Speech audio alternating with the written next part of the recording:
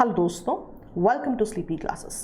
आज की ज्योग्राफी की 2 मिनट सीरीज में हम डिस्कस करेंगे about the climate crisis in north east India. और ये क्लाइमेट क्राइसिस क्या है कि देखा जा रहा है कि नॉर्थ ईस्ट इंडिया में रेनफॉल पैटर्न्स जो हैं बदल रहे हैं। अब ये जो कुछ स्पेसिफिक आर्टिकल्स है ना about climate change, about rainfall, these are very important and people tend to miss them because ये मैगजीन्स में आते हैं। जैसे ये वाले जो कुछ आर्टिकल्स हैं ये डाउन टू अर्थ में आए हुए हैं, राइट। इन आर्टिकल्स की बहुत ज्यादा सिग्निफिकेंस है और हर बार हम 2 मिनट सीरीज में यही कोशिश करते हैं कि हम हर वो टॉपिक आपसे डिस्कस करें जो कहीं ना कहीं आपको एक एज दिलाता है in your exam, and this is one of those topics and also discuss why, right. अगर मैं इस टॉपिक की शुरुआत करूं तो एक बार कंटेंट देख लेते हैं हमने क्या क्या डिस्कस करना है। पहले तो we want to discuss basic pointers for mains, tailor made points देंगे हम आपको कि अगर रेनफॉल पैटर्न्स पे, नॉर्थ ईस्टर्न रेनफॉल पैटर्न्स पे यदि क्वेश्चन आता है and also couple of other regions where you can use these points, तो क्या टेलर मेड पॉइंट्स होने चाहिए। दूसरा है इन्हीं से नॉर्थ ईस्टर्न रीजन के बारे में एक एडिशनल कॉन्सेप्ट भी हम डिस्कस करेंगे जो भी एग्जाम पॉइंट ऑफ व्यू से इंपॉर्टेंट है। और तीसरी चीज जो मैं हमेशा कहती हूं, क्वेश्चन ऑफ द डे जरूर इंपॉर्टेंट है। यहां पे मैंने कोशिश की है कि आपको एक मैप बेस्ड क्वेश्चन दिया जाए जो आपके मैप्स या डायग्राम्स एनसीईआरटी में होते हैं, that we tend to miss sometimes, right. हम कंटेंट पढ़ लेते हैं, हम उस मैप को, उस कंटेंट को शायद कभी बहुत अच्छे से नहीं देखते, उस पर भी ध्यान देने की कोशिश की गई है। ओके, तो what was the context of all these articles. तो डाउन टू अर्थ में there were lot of articles which said कि हमें पता है कि नॉर्थ ईस्टर्न इंडिया की अगर हम बात करें वहां पे रेनफॉल ड्यूरिंग मॉनसून मंथ्स होती है, राइट। और अगर मैं आपको थोड़ा सा और दिखाने की कोशिश करूं, आपको पता है मॉनसून की जब हम बात करेंगे तो हवाएं जो है 2 जगह से इंडिया में आ सकती हैं। मॉइस्चर लेडेड विंड्स जिनकी हम बात करते हैं, या तो अरेबियन सी की तरफ से आएंगी और या फिर बे ऑफ बंगाल की तरफ से आएंगी।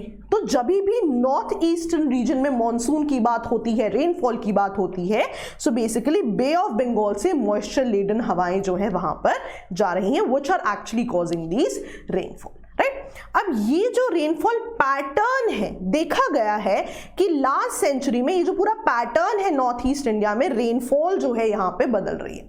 Now there is something I want you to imagine here. So बहुत सारी स्टडीज आई हैं और बहुत सारी स्टडीज ने ये चीजें बताई हैं कि रेनफॉल पैटर्न्स बदल रहे हैं, and they have also come up with certain let's say reasons कि रेनफॉल पैटर्न्स क्यों बदल रहे हैं। Now how did they come to those reasons, right? किस तरह से वो इन कंक्लूजन्स पे पहुंचे हैं। कुछ सैटेलाइट इमेजेस देखी गई हैं, कुछ कंक्लूजन्स देखे गए कि अगर यहाँ पे इस तरह के चेंजेस हुए, प्लेस एक्स पे प्लेस वाई के रेनफॉल पे चेंजेस देखे गए। तो the idea being these are studies based on certain assumptions, based on certain data.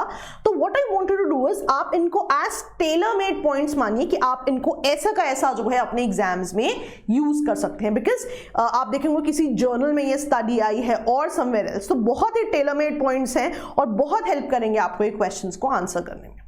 Now before I start the entire topic, let's try to imagine the topic कि कहाँ पे जो है हम इसे यूज कर सकते हैं। That's why I've called this section as common mistakes कि न्यूज को शायद इमेजिन करना जरूरी है कहाँ यूज हो सकता है। अब हमारे न्यूज क्या थी कि नॉर्थ ईस्टर्न रीजन में बेसिकली क्या हो रहा है, आपका रेनफॉल पैटर्न बदल रहा है। आपको हर साल जो है न्यूज़पेपर में आता है और बहुत जगह ऐसे आर्टिकल्स आते हैं कि इंडिया का मॉनसून पैटर्न बदल रहा है, रेनफॉल पैटर्न बदल रहा है। What are the reasons? These are the kind of articles which will get you marks. एक जेनेरिक आंसर जो पॉपअप करता है हमारे दिमाग में, डेफिनेटली क्लाइमेट चेंज हो रहा है और इस वजह से रेनफॉल पैटर्न्स जो है बदल रहे हैं। But this is one single point, right. आप बेसिकली 250 शब्दों या 150 शब्दों का आंसर लिख ही नहीं रहे। क्यों नहीं लिख रहे? बिकॉज ये जो टेलर मेड पॉइंट्स हैं ये डिफरेंट स्टडीज और डिफरेंट आर्टिकल्स से मिलते हैं और हमारी कोशिश क्या है, इनको कोलेट करके, कंबाइन करके आपको दिए जाए। दूसरा सेट ऑफ क्वेश्चंस जो हम वी टेंड टू मिस, हमें जब क्लाइमेट चेंज पे एसेज आते हैं हमारे पास तब भी बहुत कॉन्क्रीट पॉइंट्स हमेशा नहीं होते, बिकॉज बहुत सारी रिपोर्ट्स हम मिस कर जाते हैं, विच इज यूजुअल बिकॉज बहुत सारे रिपोर्ट्स हैं, बहुत सारे न्यूज़पेपर्स हैं। तो यही हमारी कोशिश है कि हम एक छोटी सी कॉन्ट्रीब्यूशन करें इन योर प्रिपरेशन कि ये कुछ इंपॉर्टेंट पॉइंटर्स हम डिस्कस करें। तो कभी भी आपसे मॉनसून पे क्वेश्चन आ रहे हैं, चेंजेस पे, क्लाइमेट चेंज पे क्वेश्चन आ रहे हैं, तो आपको ये सारे पॉइंट्स जो है वहां पर याद आने चाहिए, ठीक है। तो अगर हम इसकी शुरुआत करें तो 4 रीजंस बताते हैं ये पर्टिकुलर स्टडीज कि क्यों ऐसा देखा गया है कि नॉर्थ ईस्टर्न मॉनसून में बेसिकली क्लाइमेट इशू आ रहा है, राइट, रेनफॉल पैटर्न बदल रहे हैं, राइट। तो डिफरेंट स्टडीज है, 4 बेसिक पॉइंट पे आते हैं। इन चारों पॉइंट्स को आपको ऐसे का ऐसे याद रखना है, because the patterns are still getting assessed, right, they just come up with conclusions कि अगर यहाँ पे ऐसा हो तो ये पैटर्न यहाँ पे बदला हुआ देखा गया। तो पहला पॉइंट क्या कहते हैं कि आपको पता है नॉर्थ ईस्ट इंडिया में रेनफॉल बहुत ज्यादा होती है। आपको ऑलरेडी पता है चेरापूंजी, मासेरान इंडिया के टॉप ऐसी जगह है जहां पे रेनफॉल सबसे ज्यादा होती है। तो देखा गया है कि यहाँ पे जो लैंड है ये ड्राई अप हो रहा है, तो रेनफॉल भी बहुत ज्यादा हो रही है, लेकिन पैरेलली ड्राइंग अप भी बहुत ज्यादा हो रही है। तो ये एक कंडीशन देखी गई है कि जब से मॉइस्चर बढ़ रहा है, राइट, रेनफॉल की बात हो रही है, हवा में मॉइस्चर बढ़ रहा है, लेकिन साथ साथ ड्राइंग भी उतनी ही हो रही है। This has led to the change of rainfall patterns. Now you don't have to go back and read the entire study की कंक्लूजन कैसे आया, there are lot of formulas, there are lot of data structure in it. आप for the purpose of your exam इसको एक tailor made point की तरह लीजिए जो I have collected from one of the studies, right, कि एक जो सेट पैटर्न था वो बदल गया है। इसको ना इमेजिन करने का एक और तरीका है कि लेट्स से आप रेनफॉल की बात कर रहे हैं, तो एक्स अमाउंट ऑफ रेनफॉल कब होगी, जब बाकी सारे पैरामीटर्स हमेशा की तरह होंगे। जैसे ही one of the parameters would change, है ना, लेट्स से प्रेशर कंडीशंस बदली, मॉइस्चर बदला, तो कहीं ना कहीं जो रेनफॉल पैटर्न है उसमें बदलाव आएगा। ये तो स्टैंडर्ड चीज है ना। This is a sort of thing that they are talking about कि डिफरेंट स्टडीज में देखा गया है कि रेनफॉल पैटर्न बदलने का जो शुरुआत है वो कहां से हुई है, या किस समय से इसको नोटिस किया जा रहा है कि जब से इंक्रीज इन मॉइस्चर तो हो ही रहा है, लेकिन ये जो ड्रॉट्स आ रहे हैं, ड्राई पीरियड्स आ रहे हैं इन नॉर्थ ईस्ट इंडिया, जब ये दोनों चीजें हो रही हैं तो देखा जा रहा है कि रेनफॉल पैटर्न्स जो हैं बदल रहे हैं। सिमिलरली अगर मैं दूसरे रीजन पे जाऊं, एक और जो स्टडी क्या कहती है कि देखा गया है कि Eurasian region, Europe and Asia यानी कि इंडिया के ऊपरी भाग की बात हो रही है, राइट। सो यूरेशियन रीजन में देखा गया है जब भी यूरेशिया में ज्यादा स्नोफॉल होती है तब इंडिया में भी मॉनसून बहुत ज्यादा वीक होता है। तो सेकंड पॉइंट आपका क्या होगा कि जब भी यूरेशिया में इंक्रीज स्नोफॉल होगी हमेशा ही जो है मॉनसून इंडिया में वीक हो जाएगा। अगेन एक स्टडी कहती है ये, right, there are lot of satellite images जिससे ये चीज पता लगी है, there are lot of formulas and researches जिससे ये चीज पता लगी है, बट आपके लिए एक टेलर मेड पॉइंट है, आप इसको ऐसा का ऐसा याद रखेंगे। Now these are very important points for your mains, for your essays, right, because these are what will fetch you those extra marks. तीसरी चीज जो देखी गई है कि हर एक सनस्पॉट ईपॉक का भी बहुत इफेक्ट देखा गया। सनस्पॉट ईपॉक बेसिकली क्या होता है, सोलर साइकिल होता है। सो 11 साल का सोलर साइकिल होता है जिसमें देखा जाता है कि सोलर एक्टिविटी इनिशियली कम होती है, बढ़ती जाती है एक पॉइंट पे, और 11 साल खत्म होने पे सोलर एक्टिविटी कम हो जाती है। सोलर एक्टिविटी का मतलब क्या है, फॉर एग्जांपल आप ले लो कि सोलर फ्लेयर्स बहुत कम है यहाँ पे, बढ़ते बढ़ते सोलर फ्लेयर्स बढ़ जाएंगी, हीटिंग बढ़ जाएगी सन से, एंड इवेंचुअली एक पॉइंट पे आके वापस आ जाएगी। तो देखा गया है कि लेट्स से जो मिनिमल पॉइंट है, मैक्सिमम पॉइंट है, इन सभी पॉइंट्स पे जो आपका मॉनसून है इन नॉर्थ ईस्टर्न रीजन, वहां पे जो रेनफॉल है उसके पैटर्न्स भी बदलते हुए देखे गए। तो आप देख रहे हो ये सब ऑब्जर्वेशंस हैं जो देखी गई हैं कि एक तरफ ईपॉक में the value of not exactly value, maybe the amount of solar cycle या solar activity बढ़ेगी तो सन रेनफॉल में डिफरेंस आएगी, अमाउंट ऑफ सोलर एक्टिविटी घटेगी तो भी रेनफॉल पैटर्न्स में डिफरेंस आएगा। तो ये कुछ पैटर्न्स हैं जो ऑब्जर्व किए गए हैं। चौथा जो एक इंपॉर्टेंट पॉइंट है वो ये पॉइंट है कि पैसिफिक डेकेडल ऑसिलेशन से भी चेंजेस देखे गए। पैसिफिक डेकेडल ऑसिलेशन बहुत डिटेल में हम डिस्कस नहीं करेंगे, बट मैं आपको बेसिक बता देती हूँ क्या होता है। सो पैसिफिक डेकेडल ऑसिलेशन क्या होता है कि जो ईस्टर्न पैसिफिक ओशन है, लेट्स से कि अगर वो बहुत ज्यादा हीटेड है तो जो ये वेस्टर्न पैसिफिक ओशन है देखा जाता है उतना ज्यादा हीटेड नहीं होता, इसके कंपैरिजन में थोड़ा कोल्ड होता है। Then in the other condition ये पूरी कंडीशन रिवर्स हो जाती है, ये कोल्ड हो जाता है and this is comparatively warmer. तो देखा गया है कि हर कुछ समय बाद जो है जो पैसिफिक ओशन का जो टेम्परेचर है वो जो है बदलता है। तो देखा गया है कि जब ये टेम्परेचर चेंजेस होते हैं तब भी इंडिया में जो है मॉनसून में बदलाव आते हैं। राइट। तो आपने 4 जो है रीजंस देखे। अगर आपको क्वेश्चन आता है कि इंडियन मॉनसून में किस तरह के बदलाव आएंगे, तो पहला पॉइंट आपका क्या है? पहला पॉइंट आपने पढ़ा कि इंक्रीज इन मॉइस्चर भी है लेकिन ड्रॉट पीरियड भी बढ़ रहा है। दूसरा पॉइंट आपने क्या देखा है यहाँ पे कि जब यूरेशिया में, जो ये ऊपर वाला रीजन है, यूरेशिया में रेनफॉल बढ़ती है, स्नोफॉल बढ़ती है, तो भी इंडिया के मॉनसून पैटर्न्स में बदलाव देखे गए। तीसरा पॉइंट आपने क्या देखा? जैसे जैसे सोलर साइकिल में बदलाव आएगा वैसे वैसे रेनफॉल पैटर्न्स में बदलाव देखे गए हैं। चौथा, जैसे जैसे ये पैसिफिक ओशन की वार्मिंग विच इज रफली कॉल्ड पैसिफिक डेकेडल ऑसिलेशन, इसमें बदलाव आएंगे तभी भी इंडिया के नॉर्थ ईस्टर्न साइड पे जो रेनफॉल पैटर्न्स हैं वो बदले हुए नजर आते हैं। तो आप जो है डिफरेंट स्टडीज को कोट कर सकते हैं and this will give you a very good edge over any other candidate जो कि ये पॉइंट्स कोट नहीं कर रहे, राइट। तो यही सिंपल सी कोशिश है कि आपको इन सभी पॉइंट्स को कोलेट करके दिया जाए सो दैट आप बहुत अच्छा ही परफॉर्म कर सके अपने एग्जाम्स में, राइट। अब लेकिन ये तो स्टडीज आ गई, लेकिन एक अनदर सेट ऑफ एक्सपर्ट्स भी हैं जो इन स्टडीज को एग्जैक्टली नहीं मानते। उसका रीजन क्या है? बिकॉज एक्सपर्ट्स के हिसाब से सबसे पहले तो लैक ऑफ डेटा है कि this is just an observation, right. बहुत लॉन्ग टर्म रिसर्च नहीं है और डेटा किस इंफ्रा से हर जगह कलेक्ट हो रहा है इसके बारे में भी बहुत ज्यादा नॉलेज नहीं है। So we can not rely on such observations, इसीलिए कभी भी फुल प्रूफ एनालिसिस नहीं हो सकता ये। तभी मैं आपसे कहती हूं कि बस आप इन पॉइंटर्स को याद रखिए और आप लिखिए कि रिसर्च में ये कोट किया गया है, right. Because you do not know कि अभी ये फुल प्रूफ एनालिसिस है या नहीं।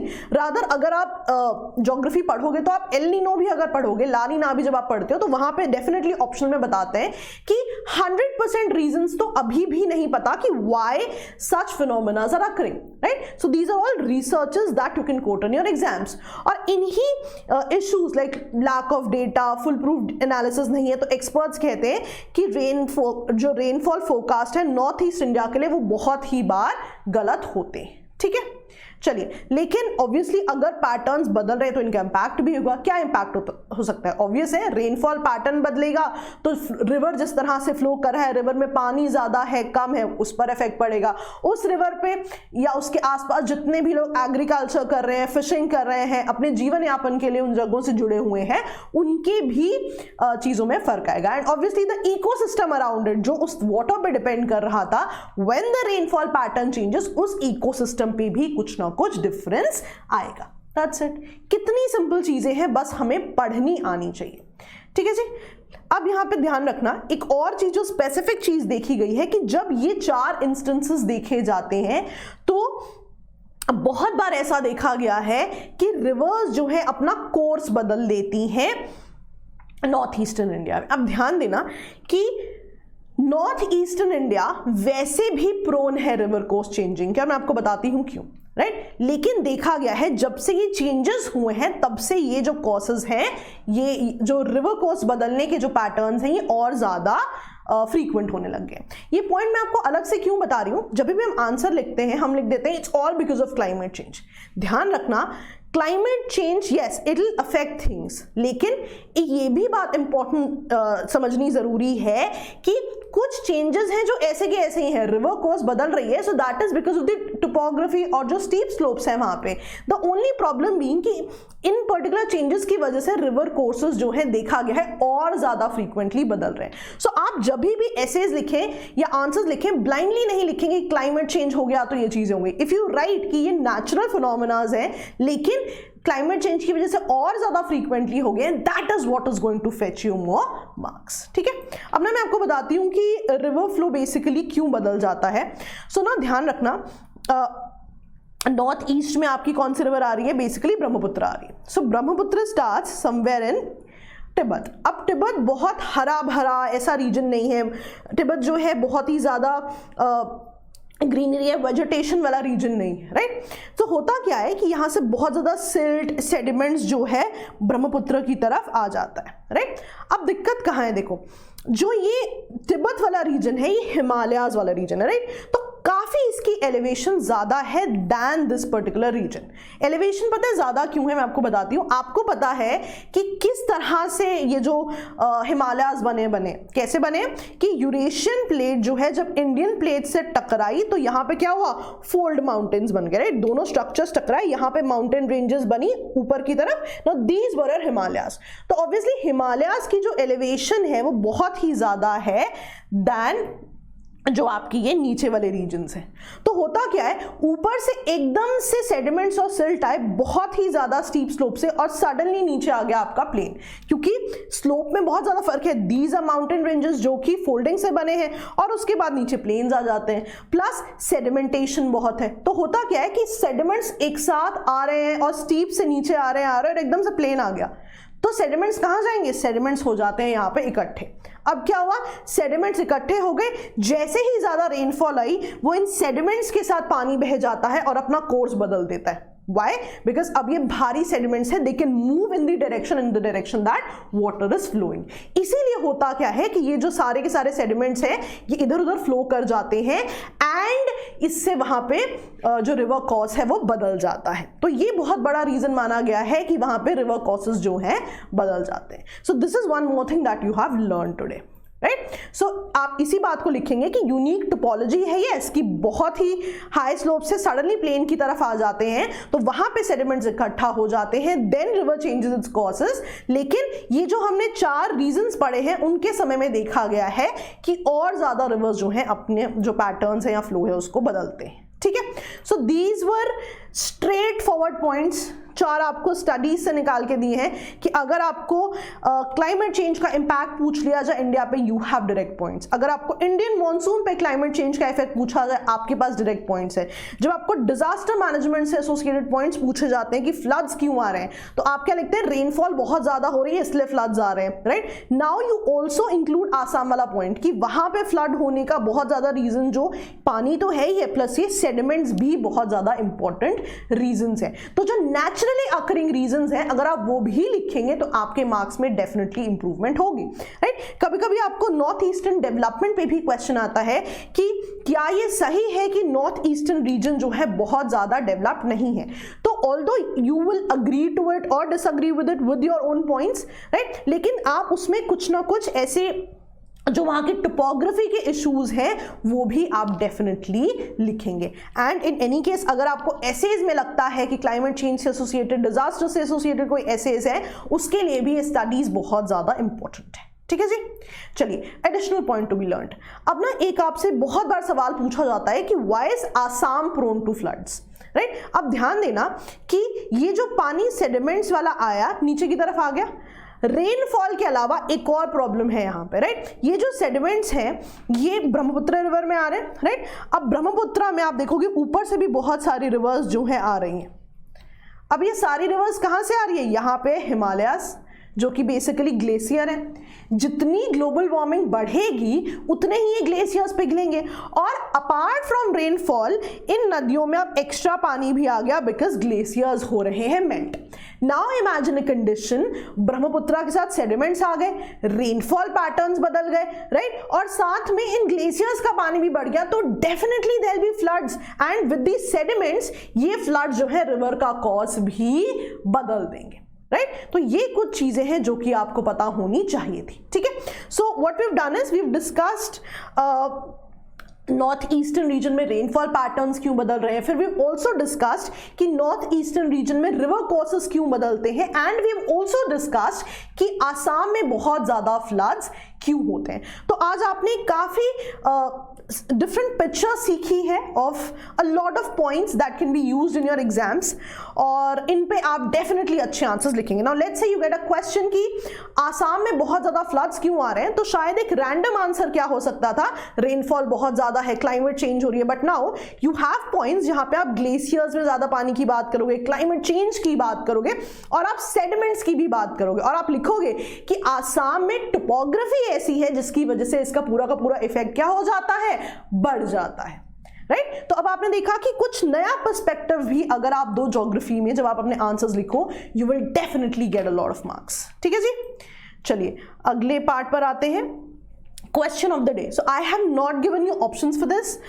इस बार भी आपने देखा होगा इंडस पे बहुत स्पेसिफिक क्वेश्चन आया है मैप से, तो go for it, search for the map in your NCERTs and answer this question कि अरेंज कीजिए इन हिल्स को from north to south, and do let me know in the comment box अगर आपने इस पे काम किया है और आपको इसका आंसर भी मिल गया है। तो that was all from my and. तो यही हमारी कोशिश रहती है कि हर बार कुछ नए तरीके की कंटेंट आपको दिया जाए, सो दैट आप जो है बहुत ही अच्छे से प्रिपरेशन कर सकें अपने इस एग्जाम के लिए। ठीक है जी, so that was all from my end. All the best दोस्तों, बाय बाय।